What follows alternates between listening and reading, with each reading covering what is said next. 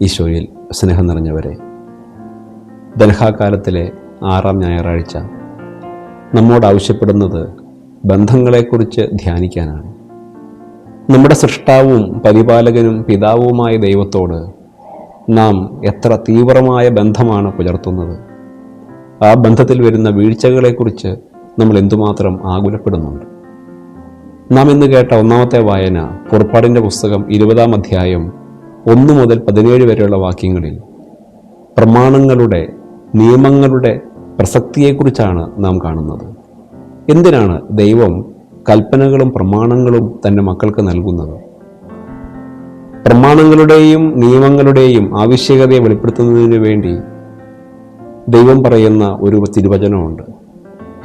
പുറപ്പാടിൻ്റെ പുസ്തകം 20-ാം അധ്യായം 5-ാമത്തെ വാക്യം: എന്നെ വെറുക്കുകയും എൻ്റെ പ്രമാണങ്ങൾ അനുസരിക്കാതിരിക്കുകയും ചെയ്യുന്ന മാതാപിതാക്കളുടെ മക്കളോട് 3-4 തലമുറകൾ വരെ ഞാൻ ശിക്ഷിക്കും. എന്നാൽ എന്നെ സ്നേഹിക്കുകയും എൻ്റെ പ്രമാണങ്ങൾ അനുസരിക്കുകയും ചെയ്യുന്ന മാതാപിതാക്കളുടെ മക്കളോട് 1000 തലമുറകൾ വരെ ഞാൻ കരുണ കാണിക്കും. ശിക്ഷയെക്കുറിച്ചുള്ള ഒരു ഭീഷണിയേക്കാൾ ഉപരി തന്നെ സ്നേഹിക്കുന്നവരോട് ദൈവം പുലർത്തുന്ന തീവ്രമായ, അപാരമായ, അഗാധമായ ഒരു ബന്ധത്തിൻ്റെ നിലനിൽപ്പിനെക്കുറിച്ച്, അതിൻ്റെ നിത്യതയെക്കുറിച്ചാണ് ഈ തിരുവചന ഭാഗം നമ്മെ ഓർമ്മിപ്പിക്കുന്നത്. 1000 തലമുറകളെ ഓർക്കാൻ, അവരോട് കരുണ കാണിക്കാൻ ഒരു കൊച്ചനുസരണത്തെ കൊണ്ട് സാധിക്കുമെന്ന് ദൈവം ഉറപ്പു തരികയാണ്. 2-ാമത്തെ വായനയിൽ എസെക്കിയേൽ പ്രവാചകന്റെ പുസ്തകം 11-ാം അധ്യായം 14 മുതൽ 21 വരെയുള്ള വാക്യങ്ങളിൽ ദൈവത്തിൻ്റെ പ്രമാണങ്ങൾ അനുസരിക്കാത്തതിൻ്റെ പേരിൽ, പാപത്തിൻ്റെ വഴിയെ നടന്നതിൻ്റെ പേരിൽ അന്യദേശത്തേക്ക് പലായനം ചെയ്യേണ്ടി വന്ന ഒരു ജനതയെ ദൈവം പരിചയപ്പെടുത്തുന്നുണ്ട്, ഇസ്രായേൽ മക്കളെ. എന്നിട്ട് ദൈവം പ്രവാചകനോട് പറയുകയാണ്, അവർ ചിതറിക്കപ്പെട്ട പരദേശത്ത് ഞാൻ തൽക്കാലത്തേക്ക് അവർക്ക് ദൈവാലയങ്ങളായി. പ്രവാസത്തിലേക്ക് വലിച്ചിഴക്കപ്പെടുന്ന ജനതയെ തേടി ദൈവം ബാബിലോണിലേക്ക് യാത്രയാവുന്നത്, ദൈവത്തിൻ്റെ മഹത്വം ജെറുസലേം ദേവാലയം വിട്ട് ബാബിലോൺ ദേശത്തേക്ക് ചേക്കേറുന്നതിനെ നമ്മൾ എസെക്കിയേൽ പ്രവചനത്തിൽ കാണും. ഇവിടെ ദൈവം പ്രവാചകനോട് പറയുകയാണ്, അന്യദേശത്ത് ഞാൻ അവർക്ക് തൽക്കാലത്തേക്ക് ദൈവാലയമായി മാറി. ദൈവം സൃഷ്ടിക്കുന്നവൻ മാത്രമല്ല, പരിപാലിക്കുന്നവൻ കൂടിയാണ്. അവിടുന്ന് ഭവനമായി മാറുന്നവനാണ്, ദൈവാലയമായി ചിതറിക്കപ്പെട്ടവരെ ചേർത്ത് പിടിക്കുന്നവനാണ്. പ്രിയമുള്ളവരെ, ഈ വിശുദ്ധ ഗ്രന്ഥഭാഗത്ത് തന്നോടുള്ള ബന്ധം വിച്ഛേദിച്ച് അകന്നുപോയവരോട് ദൈവം പറയുന്ന ഒരു ആശ്വാസവചനമുണ്ട്. ഞാൻ അന്യദേശത്തു നിന്ന് നിങ്ങളെ തിരികെ കൊണ്ടുവരും. നിങ്ങളുടെ ശിലാഹൃദയം എടുത്തുമാറ്റി മാംസളമായ ഒരു ഹൃദയം ഞാൻ നിങ്ങൾക്ക് നൽകും. ഒരു പുതു ചൈതന്യം നിങ്ങളിൽ നിക്ഷേപിക്കും. നിങ്ങളെ എൻ്റെ നിയമങ്ങളും കൽപ്പനകളും അനുസരിക്കുന്നതിൽ താല്പര്യമുള്ളവരാക്കി മാറ്റും. ഒരു ബന്ധത്തെ നവീകരിക്കാനായി ദൈവം സ്വീകരിക്കുന്ന നടപടികളെ ദൈവം തന്നെ വെളിപ്പെടുത്തുകയാണ്. 3-ാമത്തെ വായനയിൽ കൊളോസ്യർക്കുള്ള ലേഖനം 3-ാം അധ്യായം 5 മുതൽ 14 വരെയുള്ള വാക്യങ്ങളിൽ ദൈവത്തോടുള്ള ബന്ധത്തിൽ നിന്ന് ദൈവമക്കൾ വളരേണ്ട ഒരു സാധ്യതയെക്കുറിച്ച് പൗലോസ് അപ്പോസ്തലൻ ഓർമ്മിപ്പിക്കുകയാണ്. സഹോദരങ്ങൾ തമ്മിലുള്ള ബന്ധമാണത്. അവിടെ പറയുകയാണ്, ദൈവത്തിൻ്റെ തിരഞ്ഞെടുക്കപ്പെട്ടവരും വാത്സല്യഭാജനങ്ങളും പരിശുദ്ധരും എന്നുള്ള നിലയിൽ നിങ്ങൾ അന്യോന്യം സ്നേഹത്തോടെ വർത്തിക്കണം. ദൈവത്താൽ പ്രത്യേകമായി വിളിക്കപ്പെട്ടവരാണ് നമ്മൾ ദൈവത്തിൻ്റെ വാത്സല്യം അനുഭവിച്ചവരാണ്. ദൈവികമായ ബന്ധത്തിൻ്റെ പേരിൽ പരിശുദ്ധി സ്വന്തമാക്കിയവരാണ്.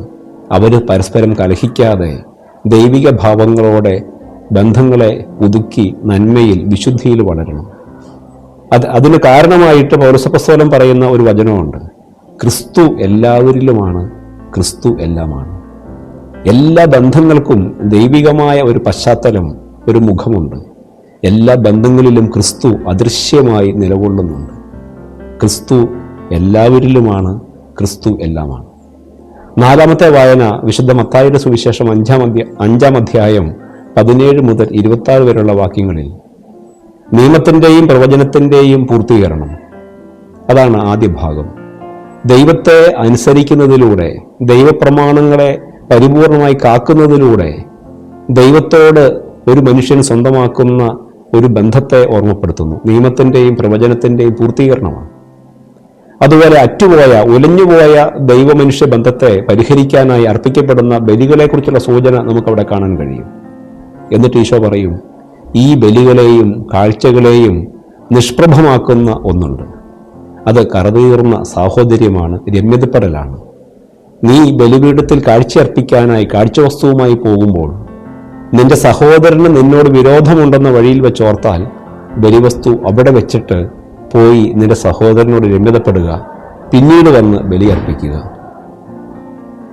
പിണക്കം തീർക്കലുകൾക്ക്, രമ്യതപ്പെടലുകൾക്ക് ബലിയർപ്പണങ്ങളെക്കാൾ പരിശുദ്ധിയുണ്ടെന്ന് ഈശോ സ്വന്തം വാക്കുകളിൽ നമ്മെ ഓർമ്മിപ്പിക്കുമ്പോൾ, പ്രിയമുള്ളവരെ, ബന്ധങ്ങളിൽ നാം പുലർത്തേണ്ട വിശുദ്ധിയെക്കുറിച്ച് ഈ 4 ഗ്രന്ഥഭാഗങ്ങളും നമ്മളെ ഓർമ്മിപ്പിക്കുകയാണ്. ഇതിലേറ്റവും പ്രധാനമായ ബന്ധം ദൈവവുമായിട്ടാണ്. കാരണം ദൈവമാണ് നമ്മുടെ സൃഷ്ടാവ്, നമ്മുടെ പരിപാലകൻ. ദൈവത്തിലേക്കാണ് നാം മടങ്ങിച്ചെല്ലേണ്ടത്. ദൈവത്തിൽ നിന്ന് എപ്രകാരമാണ് മനുഷ്യൻ അകന്നു പോകുന്നത് എന്നതിനെക്കുറിച്ച് പ്രശസ്ത ദൈവശാസ്ത്രജ്ഞനായ റോബർട്ട് കാർഡിനൽ സാറ തൻ്റെ വിഖ്യാതമായ പുസ്തകത്തിൽ the time is now far spend എന്ന പുസ്തകത്തിൽ പടിപടിയായി വിവരിക്കുന്നുണ്ട്.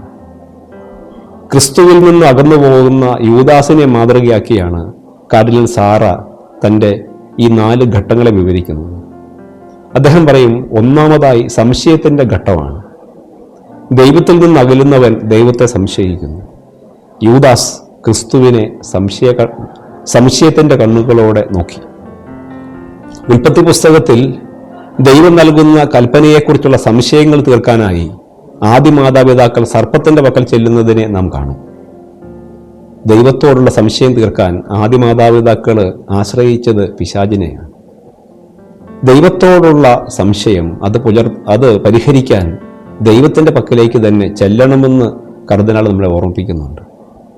രണ്ടാമതായി, ഈ സംശയം ഒരു വ്യക്തിയെ ദൈവത്തിൽ നിന്ന് അകറ്റും. യൂദാസ് ക്രിസ്തുവിൽ നിന്ന് അകന്നു. ധൂർത്തപുത്രൻ പിതാവിൻ്റെ പക്കൽ നിന്ന് ദൂരദേശത്തേക്ക് പോയി. കർത്താവ് ഏദൻ തോട്ടത്തിൽ നടക്കാൻ ഇറങ്ങുന്ന സ്വരം കേട്ടപ്പോൾ ആദവും ഹവ്വായും ഭയന്ന് മരത്തിന് പിന്നിൽ ഒളിച്ചു. തീർക്കാത്ത സംശയങ്ങൾ, പരിഹരിക്കാത്ത സംശയങ്ങൾ നമ്മളെ ദൈവത്തിൽ നിന്ന് അകലങ്ങളിലേക്ക് നയിക്കും. മൂന്നാമതായി, യൂദാസ് സ്വന്തമായ വഴികൾ തേടി. ക്രിസ്തുവിൻ്റെ പാദത്തിങ്കൽ സുഗന്ധതൈലം അർപ്പിക്കപ്പെടുമ്പോൾ എന്തുകൊണ്ട് അത് വിറ്റ് അത് പാവങ്ങൾക്ക് കൊടുത്തില്ല എന്ന് യൂദാസ് ആത്മഹത്യ ചെയ്യുമ്പോൾ, ക്രിസ്തുവിൻ്റെ വഴികളിൽ നിന്ന് മാറി നടക്കാനുള്ള പ്രവണതയെ യൂദാസ് പ്രകടിപ്പിക്കുന്നതായിട്ട് നമുക്ക് കാണാം. സ്വന്തം വഴികളിലൂടെയുള്ള നടപ്പ് അത് ദൈവത്തിൽ നിന്നുള്ള അകലം പ്രഖ്യാപിക്കലിൻ്റെ ഒരു ഘട്ടമാണ്. ധൂർത്തപുത്രൻ ദൂരദേശത്തേക്ക് പോയി പന്നികളെ മേയ്ക്കുന്ന ജോലിയിൽ വ്യാപരിക്കുന്നതിനെ നമ്മൾ കാണും. ക്രിസ്തുവിനെ തള്ളിപ്പറയുന്ന പത്രോസ് പഴയ തൊഴിലിലേക്ക് മടങ്ങുന്നതിനെ യോഹന്നാന്റെ സുവിശേഷം 21-ാം അധ്യായത്തിൽ നമ്മൾ കാണും. ഞാൻ മീൻ പിടിക്കാൻ പോവുകയാണ്. പ്രിയമുള്ളവരെ, സ്വന്തം വഴികളിലൂടെയുള്ള നടപ്പ് ദൈവത്തിൽ നിന്നുള്ള അകൽച്ചയുടെ പ്രകടമായ ഒരു തെളിവാണ്. നാലാമത്തെ ഘട്ടമായിട്ട് ദൈവത്തിൽ നിന്ന് മനുഷ്യൻ തൻ്റെ ബന്ധങ്ങളെ വേർപെടുത്തുന്നതിൻ്റെ പാരമ്യമായിട്ട് കാർഡിനൽ സാറ അവതരിപ്പിക്കുന്നത് ഒറ്റിക്കൊടുക്കലാണ്. ക്രിസ്തുവിനെ ചുംബനം കൊണ്ട് യൂദാസ് ഒറ്റിക്കൊടുത്തു എന്ന് പറയുമ്പോൾ അതിന് ഒരു വലിയ ആഴമുണ്ട്. ചുംബനം സ്നേഹത്തിൻ്റെ ഏറ്റവും വലിയ പ്രതീകമാണ്. പ്രപഞ്ചത്തിൽ എവിടെയും ചുംബനത്തിന് സ്നേഹപ്രകടനത്തിൻ്റെ പരിശുദ്ധിയുണ്ട്, വിശുദ്ധ ഭാവങ്ങളുണ്ട്. പക്ഷെ ക്രിസ്തുവിനെ സംശയിച്ചവൻ, ക്രിസ്തുവിൽ നിന്ന് അകന്നു നടന്നവൻ, ക്രിസ്തുവിൻ്റെ വഴികളെ വിട്ട് സ്വന്തം വഴികളെ തേടുന്നവൻ ഒരു ചുംബനം കൊടുത്താൽ പോലും അത് വഞ്ചനയായി, ഒറ്റിക്കൊടുക്കലായി, തള്ളിപ്പറയലായിട്ട് മാറും. ഈ പരിഹരിക്കാത്ത സംശയങ്ങൾക്ക്, തീർക്കാത്ത അകലങ്ങൾക്ക്, നാം ഉപേക്ഷിക്കാത്ത സ്വന്തം വഴികൾക്ക് ക്രിസ്തുവിനെ ഒറ്റിക്കൊടുക്കാൻ, ക്രിസ്തുവിനെ തള്ളിപ്പറയാൻ, ബന്ധം വിച്ഛേദിക്കാൻ മാത്രമേ നമുക്ക് ഉപകരിക്കുകയുള്ളൂ എന്ന് കർദിനാള് തൻ്റെ പുസ്തകത്തിലൂടെ പറയുന്നു. പ്രിയപ്പെട്ടവരെ, നമ്മുടെ ബന്ധങ്ങളിൽ ജാഗ്രതയുള്ളവരായി നമുക്ക് മാറാം. ദൈവം വിശ്വസ്തനാണ്, ബന്ധങ്ങളെ ഓർമ്മിക്കുന്നവനാണ്, ബന്ധങ്ങളെ പരിഗണിക്കുന്നവനാണ്. 1000 തലമുറകളോടുള്ള കാരുണ്യവുമായി ദൈവം തൻ്റെ ബന്ധങ്ങളുമായി നമ്മളെ കാത്തിരിക്കുമ്പോൾ ദൈവത്തോടുള്ള ബന്ധത്തിൽ വന്നുപോയ കുറവുകളെ പരിഹരിക്കാനുള്ള ഒരു നല്ല തീരുമാനത്തോടെ നമുക്ക് മുന്നേറാം. ദൈവം നമ്മെ അനുഗ്രഹിക്കട്ടെ.